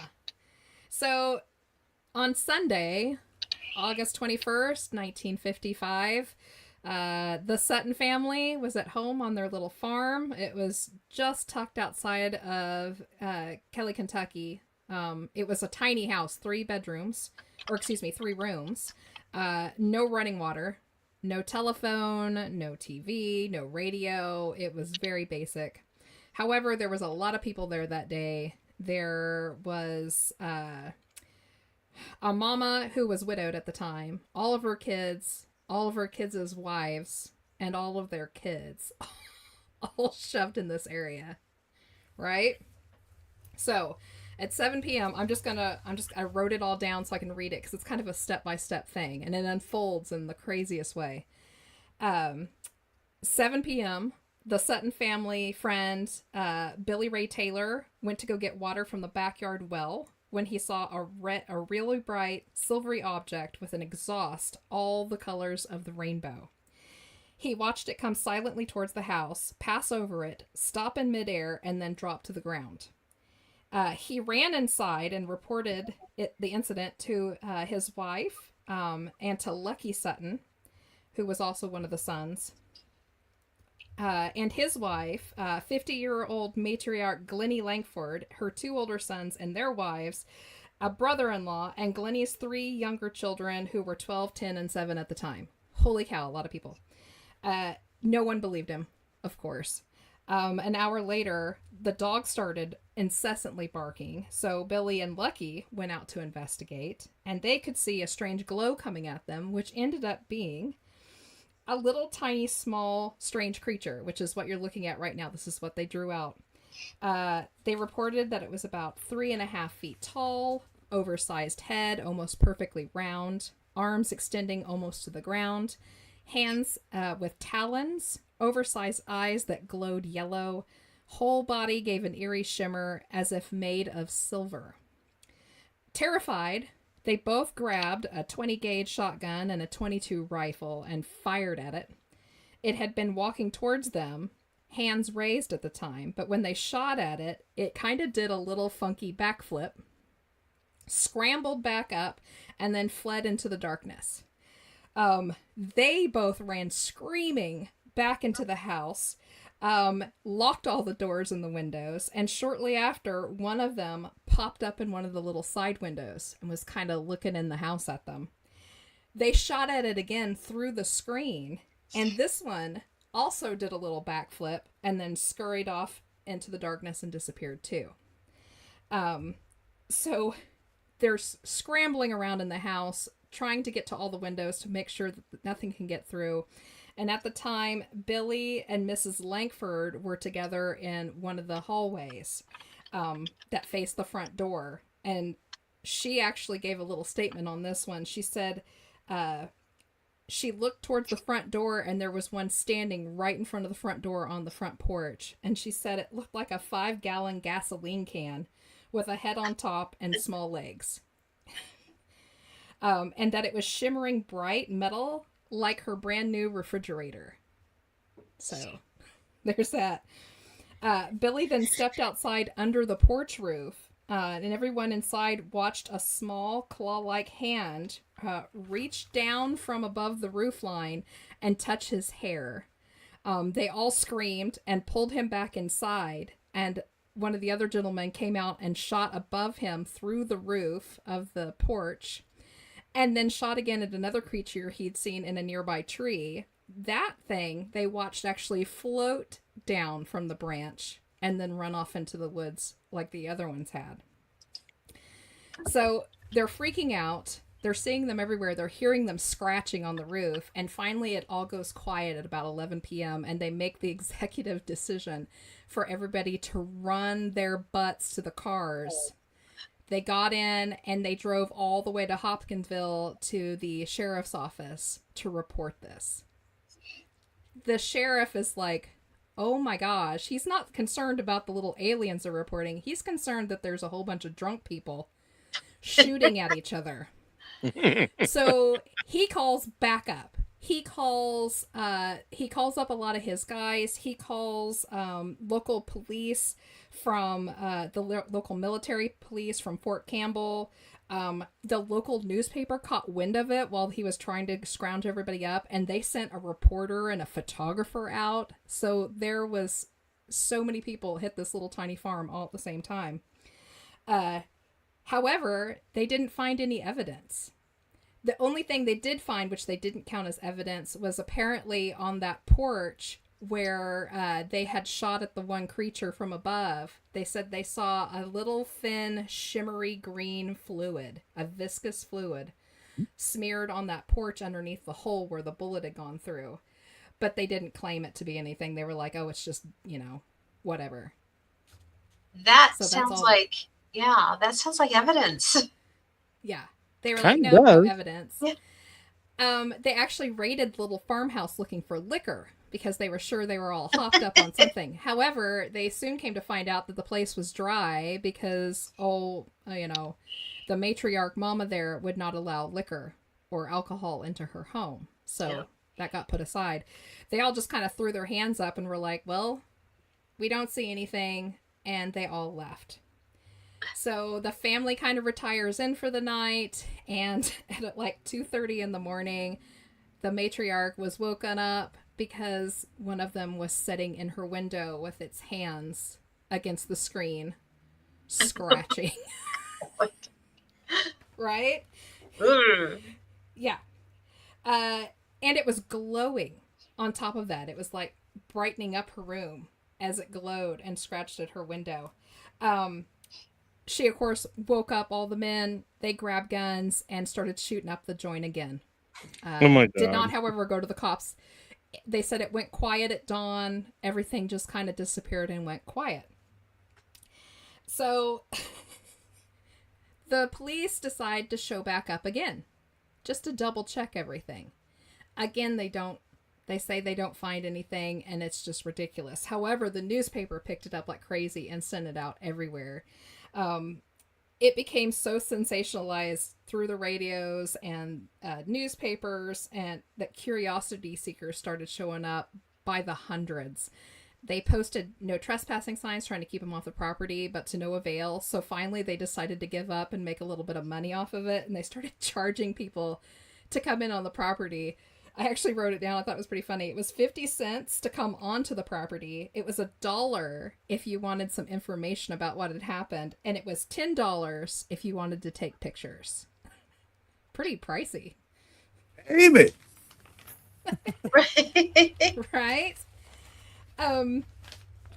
They might as well make money off of it. You know that their yard was getting torn up and everything. Oh, Lord, yeah. I mean, their house was Can't tore up. imagine that was a big issue with them. Yeah. Now, the drawings that you're getting to see that Pam has up on the screen, these were all done by a gentleman named Bud Ledwith. He worked at a local radio station, and he actually took the time to sit down with each one of them and interview them thoroughly. He took down notes of each one of them considered it to look like, and he did these drawings kind of for them to kind of show what they had been seeing.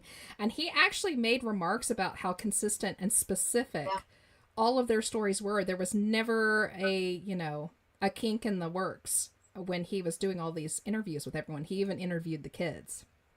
So, and this actually came in handy. All this work that this one little radio station employee did came in very handy, because later on in 1956, the incident was actually finally thoroughly researched by ufologist Isabel Davis, who actually worked closely with J. Allen Hynek. She was part of Blue Book also.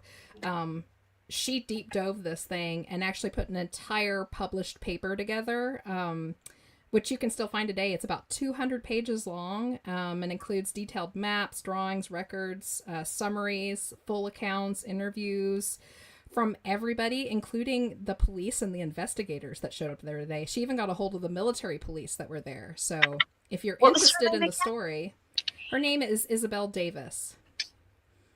Is there a name to her paper? Or is it just? So I believe it's just called the Hopkinsville Goblin Incident or something like that. It was published by the Center of UFO Studies.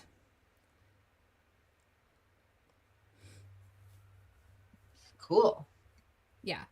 But this family still lives under this darkened umbrella of goblins. Unfortunately, they never called them goblins. They never called them anything at all except for the creatures that came onto their farm.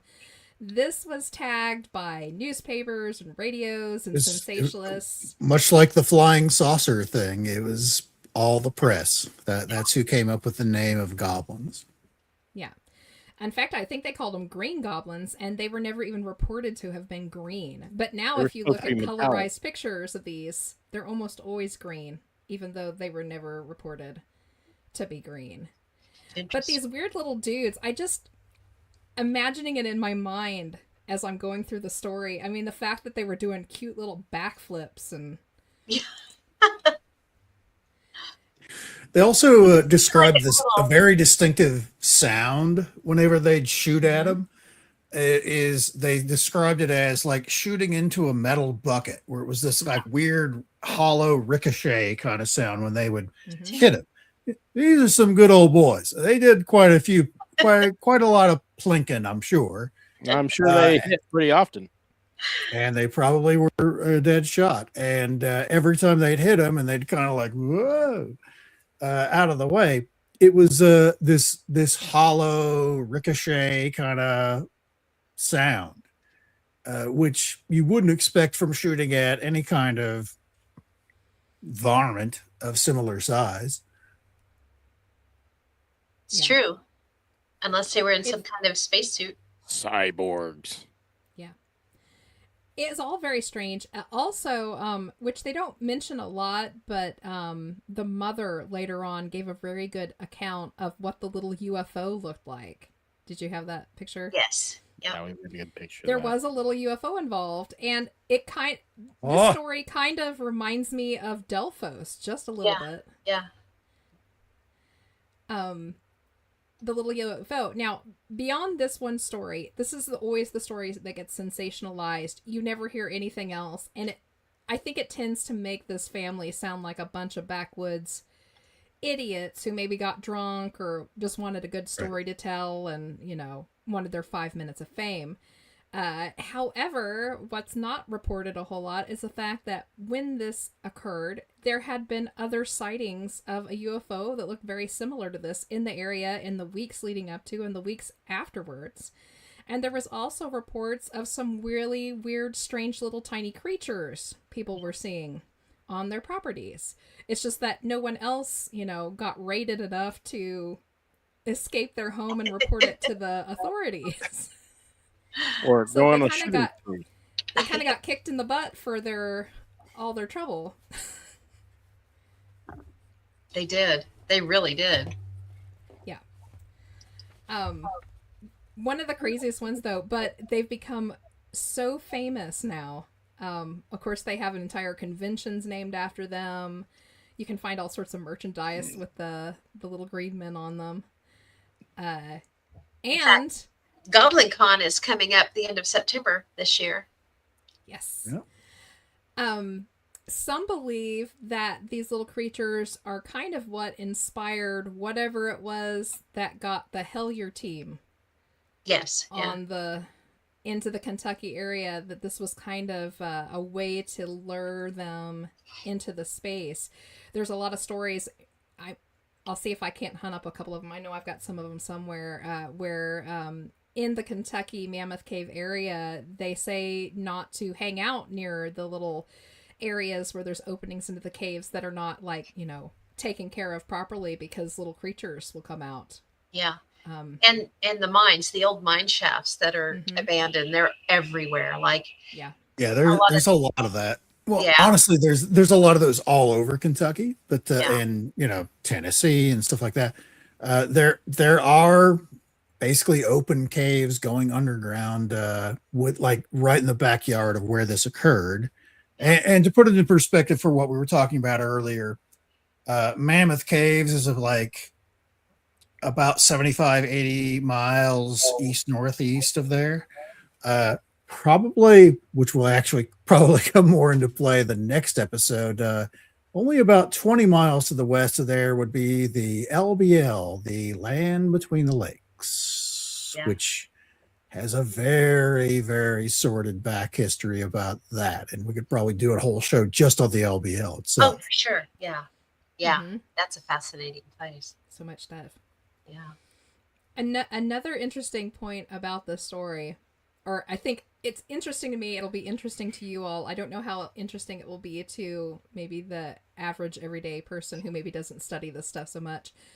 But the investigators who came in, the military police, the policemen who came in to really look into this and to dig, they kept going back to the fact that they was sure that the family had mistaken these, that they were just owls. Yes. I mean, Owl. And all I could think of was like, owl. they probably were just owls. Just owl. Owl. Yeah, their reasoning for it was because the family kept saying, their arms were so long, their talons were almost just touching the ground. The arms were so dramatically long. And they kept saying, well, owls have long wings, so that's probably what you were seeing. They do have long legs, but they don't have long. I mean, but you can't Well, really their see their wings legs. touch. their wings are long, but they don't look anything like these little skinny arms that we've got going on in these No. pictures. And that's, yet another thing. I mean, how ridiculous and demeaning to tell these Yeah. people who have grown up in this area for generations. They know their stuff. They farm this land. They're in it all the time. To Right. how dare you stand Right. up and say, "Oh, you just mistook it for a common owl." Yeah. I think it's so Yeah. Well, yeah. I mean, they're out there Horrible. every day. They would. yeah. It's one it's one of my pet peeves. I can't stand it when somebody reports something and somebody just turns around just as quickly and says, "Oh, you just mistook it for, whatever land bird is It's popular obviously nearby." Eagle or whatever. Yeah. Especially from someone who doesn't even live in the area. And Yeah. you're like, Yeah. Right. that person has grown up there. They have seen these creatures day in and day out. They've seen how they act. They've seen how they move. How dare you? In today's parlance, that's like your internet expert. Everyone on the internet is an expert on everything. Just ask them. Just ask They'll us. tell you. Yeah. And it's just maddening, like you say. This would even come up. Obviously, we can see on the screen right here. Obviously, these are some type of owl. Yeah. What? Yeah, exactly. And I think it's interesting, like you said, that he talked to the different people, the witnesses, and got such similar drawings. Yeah. Yeah. He said everyone was just sharp on, even the kids. Exact same story. I can't imagine that you could get a whole family together like that and have them be that accurate, even if they came up the story all their own and, like. I don't think my family would. Right. I do think it's really amazing. And we're coming up into the time, the mid to late 50s up into the mid 70s was a big spat time for these little miniature UFOs. Yeah. Everywhere. With the little creatures that came along with them. We've seen them all over Kansas, down into Oklahoma and Texas. There were reports of them in Michigan. We touched on some of those when we did the show with Big Willie. During that time period, there was just a huge spat of these little miniature UFOs almost. Well, and this is the time period where everybody was talking about LGMs, little green men. Mhm. Yeah. Usually derisively. Yeah. Yes. It's very true. But yeah, if you want to read more on them, go for it. That is the basic story. However, if you get into the files on it, there's a lot of people on the internet you found that have deep dove this so deeply. They've actually talked to family members, done full nitty gritty reports. Like, she took 2 steps this way into the kitchen and turned and saw this, and then step by step of how that whole evening went. If you're really interested in that, it's super easy to find on the internet. Go hunt it up. Yeah, the family has been fairly open about the whole thing. They'll, in fact, talk to anybody. The niece, if you flip to the page with the books, Pam. Yes. The niece just got done writing a full book on it from the entire family's point of view. It's that middle one there called Hopkinsville Goblins, written by Geraldine Sutton Smith. She's a Sutton. I could not get a hold of it. It was independently printed. You can get it on Amazon, but I couldn't get it on Kindle, so I couldn't get fast enough to read it. But the people were just talking about how fantastic it was, because you really get to see it from the entire family's point of view. And apparently there's a little bit of information in there that they kind of gave out as a little extra, just a little, extra spice you didn't get to hear in the actual reports.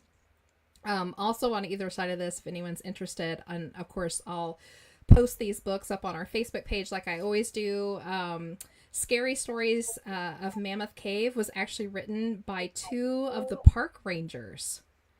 Some of the stories you heard tonight is in this book, and some others that are not. And they also put in some of the folklore in it, and some more information on the doctor and the consumption huts and all that other interesting stuff. It's a really good, and it's a short read if you're not really big into books. I think it's about 100 pages long, so check that out. And then the other book on the other side by Dewey Edwards is called 10 Hours of Hell, and this is an excellent book too. He took the family side and the investigator side and some of the neighbor sides and kind of put it all into a step-by-step progression of how that night went, and then into the aftermath and how everything kind of came across in the newspapers. There's a lot of newspaper articles, radio reports, and things like that. So if you're interested in it, that's a really good book to get. Nice. Yeah. Fun ones for sure. Nice. Oh, fun topics. Yeah. So I think, are we going to stop there for the night? Let's stop there. Yeah. So we have It's a time. fine stopping point. It is. Yeah. Yeah. That way we have time for notebook games. And Yes. Everybody start picking out your pages. Notebooks 1 through 5, pages 1 through 100. And here in 2 weeks, we're going to be taking a deep dive on all the sorts of craziness. Enzo was talking backstage, who's going to do what. And I was like, we're just going to pick a topic and then just go round table. Yeah. And let everybody throw it. Giants, white Indians, the present state of Kentucky and the annals talks a lot about Atlantis. Some people thought Atlantis was in Kentucky, and the Atlans were cast out by the local Indian tribes and moved down and became the rulers of the Incas and the Mayas and all that crazy stuff. We've got elephants in the Ohio River Valley. We've got Roman stuff. We have Egyptian stuff in there. We've got cryptids and hauntings, and it just keeps going and going. There's so much from that area. Yeah. There's so much everywhere, but that is a very concentrated area of strangeness. It is. So, are we ready to get started? Yeah, I'm looking at the first Oops. one. Ah, man, I'm hitting them wrong. Here we go. Sorry about that. Yeah, Mark cheated again. 422. Hey, that's today. Yeah, that's my usual trick. Well, Mark picked out a page full of crop circles. Oh, Ooh. nice. Those are always fun. Yeah, it's a listing. On this page, there's 4 of them. So the first one is in Dublin, Ohio. This one happened on June 21st or 2009, or is the day it was found. It's called the Flowing Formation, and it was found in oats. This random formation is in a flow pattern where the oats undulated up and down like ocean waves. The next one listed is the Delaplane Formation from Arkansas, June 14th, 2007. This one was formed in wheat. The outer ring measured 130 feet across. The farmer reported unusual animal behavior and a complete irrigation system battery failure. So he had his irrigation system running on some sort of a battery thing, and the whole thing shut down when this happened. The crop was severely stunted due to a bad drought. The stalks were only about 14 inches tall.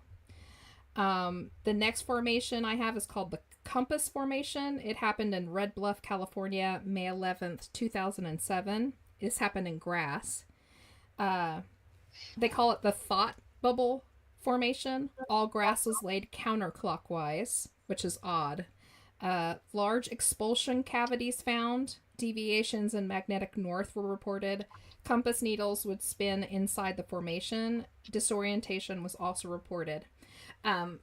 For those of you not in the know, expulsion cavities or expulsion nodes, when you look at a plant, like when you look at a flower, you'll see like a little, they call it like a knuckle that happens in the stem. There's always like that bump that sits somewhere near the head of the plant. That's a node or a cavity. And what they have found with actual crop circles, not the man-made ones, these crop circles are kind of superheated, they think, with some kind of a microwave kind of thing going on. And how the grass lays down is from the superheating that happens.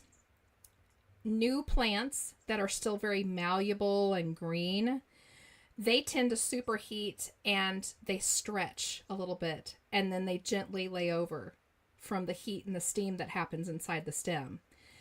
If you get an older plant, that's a little bit sturdier, a little bit tougher, the outside of it's dried a little bit, it can't stretch from the heat, so the steam inside builds up very quickly, and the only place for it to go is the softest spot, and that is at the knuckle.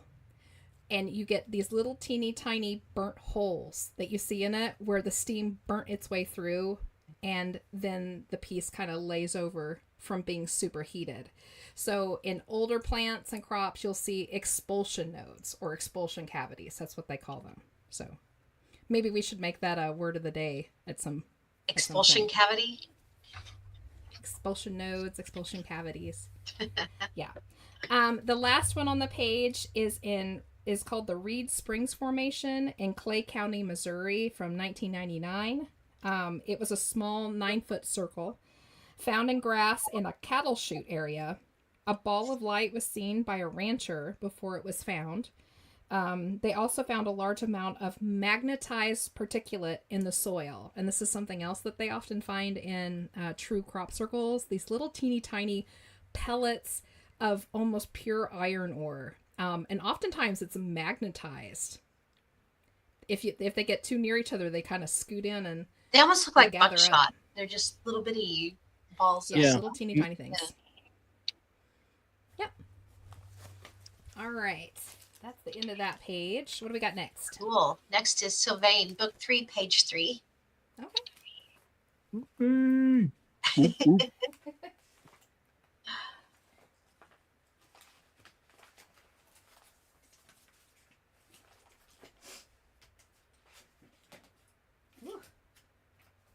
Hold on. I've got a notebook slide going on again. Oh, you're Oh good. boy. Oh no! While you're doing that, Julie said she had a really good time the other night. We had fun. It was. We're really glad you got to come. It was Good an job interesting there at meeting. the Greg Theater. We saw a couple of things, and I feel we educated a lot of folks. So we get everyone a chance to try different things that they may not have done before. So it was a lot of fun. It's a pretty cool evening. Yeah. Okay. I think this is part of the OWL research. I have on this page, it says screen memory blooper stories. I think it's part of the OWL stuff. Sounds like it. This is about a girl named Lucretia Hart, 19 years old, working at a summer camp for girls in the Pacific Northwest. During the day, walking away from the camping area, she was confronted by a big white colored alien gray. Oh, I think this is that story. Yeah. Oh, weird. We were talking about owls. Okay. Completely stark white with a huge head and wraparound eyes. It turned and finally saw her with an oh shit sort of thought. That's it. Without spoken words, and started to turn and run away, dashing into the underbrush. Suddenly, a powerful image of a big white owl popped into her mind, like it was attempting to shove a new memory into her head. She stood there listening to it make clumsy crashing sounds as it made its way through the woods in utter panic. So it wasn't that particular one. It wasn't the one where it just kept saying owl, owl, owl, owl. Yeah. The second story on this page, a 5-year-old girl lying awake in her bedroom saw a metal object zip down from the sky and clamp itself to the outside of her window. Before she could scream for her mother, a voice spoke in her head. "Do not be afraid. I am only a friendly owl." She knew it wasn't an owl, but all the fear left her. It had a round lens and a curved metal stalk. It looked like it was peering at her. 3 mechanical shutters closed and opened like it was blinking. She started to walk towards it, but the object detached itself and zoomed back up into the sky. So there's that story. It's got a very fear not for. Now we're with me. I am Woodsy Owl. Give a hoot. Don't pollute. Give a hoot. Woohoo! Oh, I remember that. Yeah. That was a good one. Good choice, Sylvain. Next one is Yay. Notebook 4, page 22 from Ginger, please. I think that's the one we just did. Oh, we did. Yeah. Yeah. 422 was Mark's. Do you want to pick another one, Ginger? I think she's got one farther down. Oh, does she? Okay. Page 24. Notebook 2, page 24. Yeah, Okay. that's the one I've got. Is that right? Yes. Okay.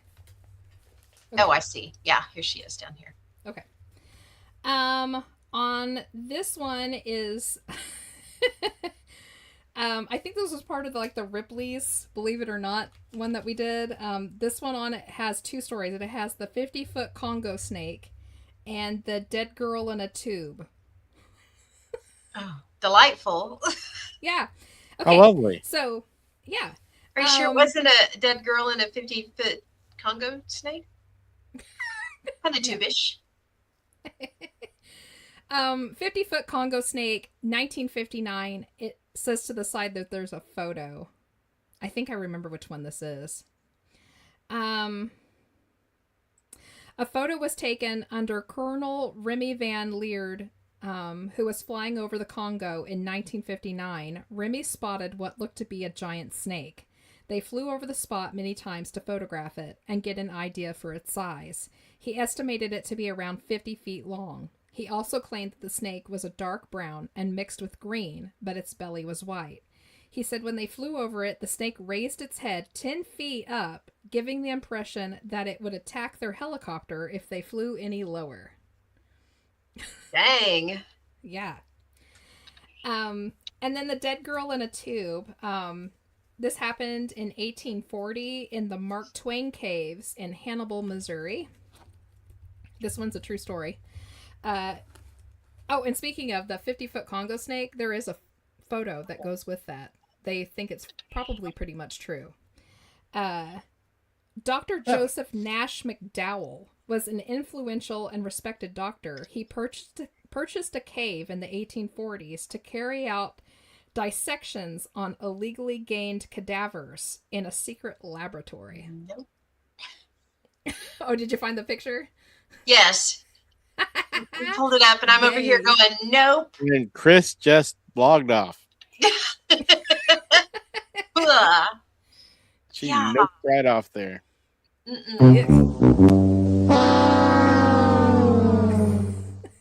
to the snake. No to the snake. Okay, let's That's a nope, let's bro. move on to the cadavers. The cadaver stealer guy. Yeah. So, yeah. He purchased the cave in the 1840s to carry out dissections on illegally gained cadavers in a secret laboratory he set up inside.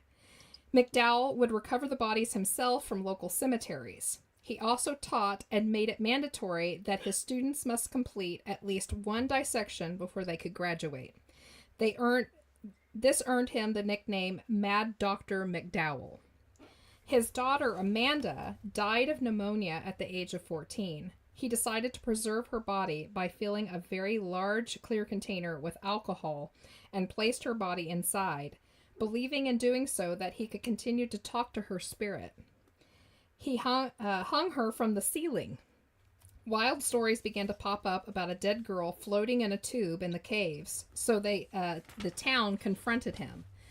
McDowell took her down and confronted McDowell. The town took her down and laid her to rest. They also found out that McDowell had hidden a huge stockpile of Confederate weapons during the Civil War. He's a fun guy. Wow. Very interesting. That's Oh, crazy. goodness. Do we have anything else? We do. Okay. Let's see. We have Julie with Notebook 5, page 48. Okay.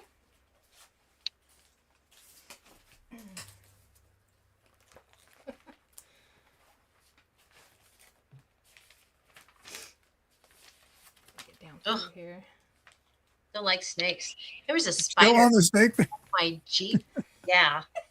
There was a spider on the inside of my Jeep not my dashboard, my windshield this morning. on the way to Owasso.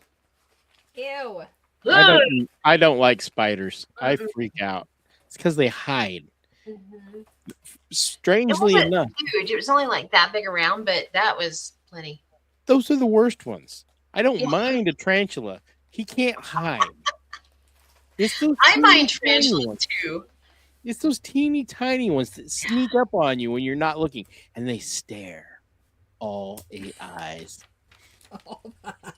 You know what's really freaky is when there's a spider. Have you ever like shone a light in your grass in the yard at night? Yeah, you All see those the little reflection from your eye. all those little Yeah. sparkles are spider eyes. They're Ugh. watching you, Pam. Ah, Okay, this Nope. page is on the man from Torrid. Hey, the man from Torrid. I like him. Yeah. Okay, so One of my favorite stories. A man landed at Haneda Airport, Tokyo International, in July 1954. He was Caucasian and had a beard. When his passport was checked, it said he was from Torrid, a country that does not exist.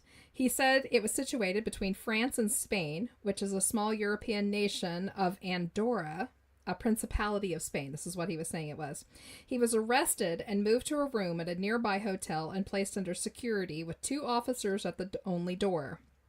The next day, officers went to question him again, only to find him missing, along with all his personal papers and passport that had been in the police's possession. So those also kind of disappeared into the nether. He had possession of money from several different European currencies. His passport had been stamped from many airports before, including several from Tokyo. The company he claimed to work for had no knowledge of him, although he had lots of documentation to prove otherwise. The hotel he claimed to have a reservation at had never heard of him. The company he was there to do business with had also never heard of him. The room he went missing from was several stories up and had no balcony and no means to get down. His driver's license was also issued by Torrid, and he spoke several languages, including Japanese. Weird story. that's wild. Mm-hmm. Pretty Yeah. good one, though. And The city he was talking about actually exists. Yeah. It's just not its own country, but it was at one point. Mm-hmm. so Weird. basically they took him into custody because they didn't know what to do with him. Because he had a fake passport as far as they were concerned. Yeah. So they gave him a hotel under lock and key and a guard outside the door. The next morning, they went to knock on the door. It's like, hey, we need to go back to the airport and figure this all out. He was gone. Like he had never been there to begin with. Dimensional flip. I thought the interesting thing of his story is that not only did he disappear, but the paperwork and stuff that they took from him and took All with this them stuff. Yeah. went vanished too. Because it That's didn't true. belong in this timeline. About that, yeah. Yeah, that's a time interaction kind of a thing where I it think exists that kind was of thing. just an alternate timeline. He just kind of slipped through for a little while. Yeah, and it auto corrected somehow. That makes That's me why think, all of his stuff disappeared. that makes me think of my disappearing house. Yeah. Because the photos disappeared that we took of it. Very creepy cool. Ooh. Still can't figure that out. I don't know what that's all about. I think it's the same thing. Well, yeah. How does it work though? You know? Pretty much. Who knows? I don't know. They figure that out. They'll figure out how to commercialize, and we'll be taking trips like that all the time. Yeah. Unless they're Not already existent doing it. timelines. It's not Unless really- we're already doing it. I have a feeling that can be possible. Okay, the next one. This is the last one. It's Ian with book 5, page 25. Please, Jess. Okay. It's the same one I had. Yep. Different realities. Ugh. I just saw Mark's so many eyes. Back to the spiders. What? So sorry. They drive me totally nuts. To have to tell you the spider story sometime. I'll tell you what, there was a spider in my bathroom here, and it was nighttime. So, and it wasn't a small one, it was a wolf spider. It was, a big grass spider. And I saw that sucker, and I was like, I have to, no, Enzo. That's put what a I'm big talking old about. picture. Staring at all the eyes are staring at me. Look at all of us. It was in my bathroom, and I was like, I have to do something with it because I can't go to bed because my luck it'll crawl in bed with me and be sitting on my face when I wake up or something. So yeah, I had to get brave and kill it, and then I cried because it scared me so. Oh my goodness. Like, damn spider. This is killing part of the Mandelas. And I'm sorry if we've been doing a lot of these lately. I have so many Mandelas shoved in every notebook because we keep finding new ones. This is an old one, though. This is from the original. I did an entire episode on just CERN and Mandela with Big Willie. I think we did it for like UFO Garage podcast like years ago. It's been a long time. Yeah, if you want to see something excited, go back and find that episode. It was like Big Willie and Jess talk about CERN. And it was on the UFO Garage podcast because we'd taken over for them for a little while. They couldn't cover their own podcast for a little while. They had some family stuff going on, so we did a few shows for them. And it's hilarious watching Big Willie and his face every time I said a new Mandela because he was like, wait a minute. That's not how that goes. And then he'd go look it up. We spent like half the time doing that. So, okay. On this page, we have the A-Team van. Do you guys remember what the A-Team van looks like in your head? Black, had a spoiler, small round window in the back with a red stripe. Yep. Okay. Had a spoiler. Low to the ground, wasn't it? The A-Team van was not all black. It was completely two-toned. No, it was black with a stripy thing, wasn't it? Red stripe, Yeah. tiny window, and a spoiler. Oh, that's what they said. It's two-toned. The Lincoln Memorial now has a clenched fist instead of an open hand. Yeah, yeah.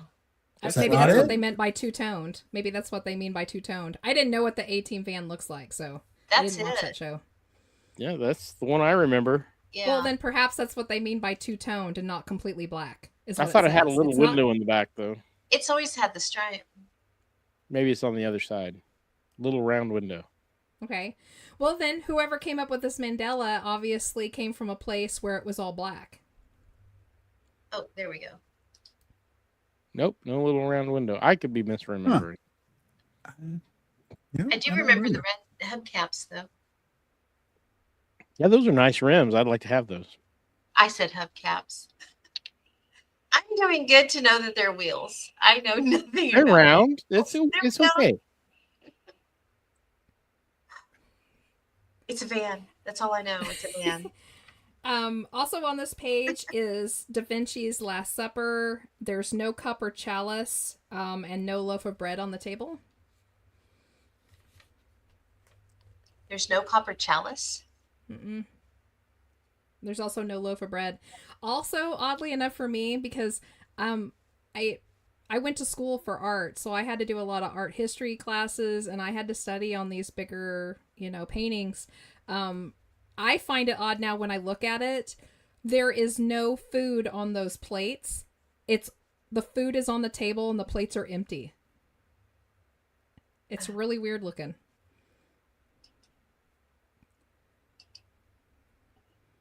Yeah. Oh, that No looks cup. strange. Yeah. There's so many No versions cup. of that on the internet. This is the original. We're talking about Da Vinci's.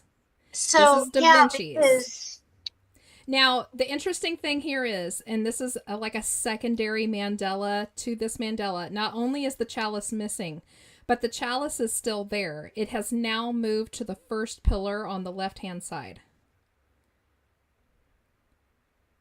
to the first pillar on the left-hand side. I remember talking about this. Yeah. Yeah, we've talked about it before. Yeah. But yeah. You'll also notice that all the plates are empty. All the food that should be on those plates are now on the table around the plates. That's weird. Yeah. That is weird. Why would you have the food laying on the table? Yeah, and not on the Yeah. plates.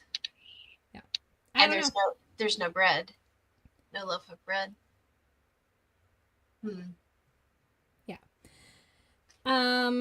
Okay. In Interesting. the original play of Romeo and Juliet, I'm like, there was no balcony scene. Isn't that the conclusion of the entire play? Romeo. No, Romeo. the conclusion is when they die. Yeah. But the famous scene, the words are there, but in the play where the balcony scene was supposedly became famous because it was always set up with the balcony and he speaks from below and she speaks from above to him. That whole thing that supposedly became famous because of the original play, it was never in it. That's strange. Yeah. I guess it's just because we've always known. I All the always depictions I've ever seen. Yeah. is balcony. Yeah. The famous balcony scene is what they call it too. So Mhm. yeah. In the famous Michelangelo painting on the ceiling of the Sistine Chapel, the scene of the creation of Adam,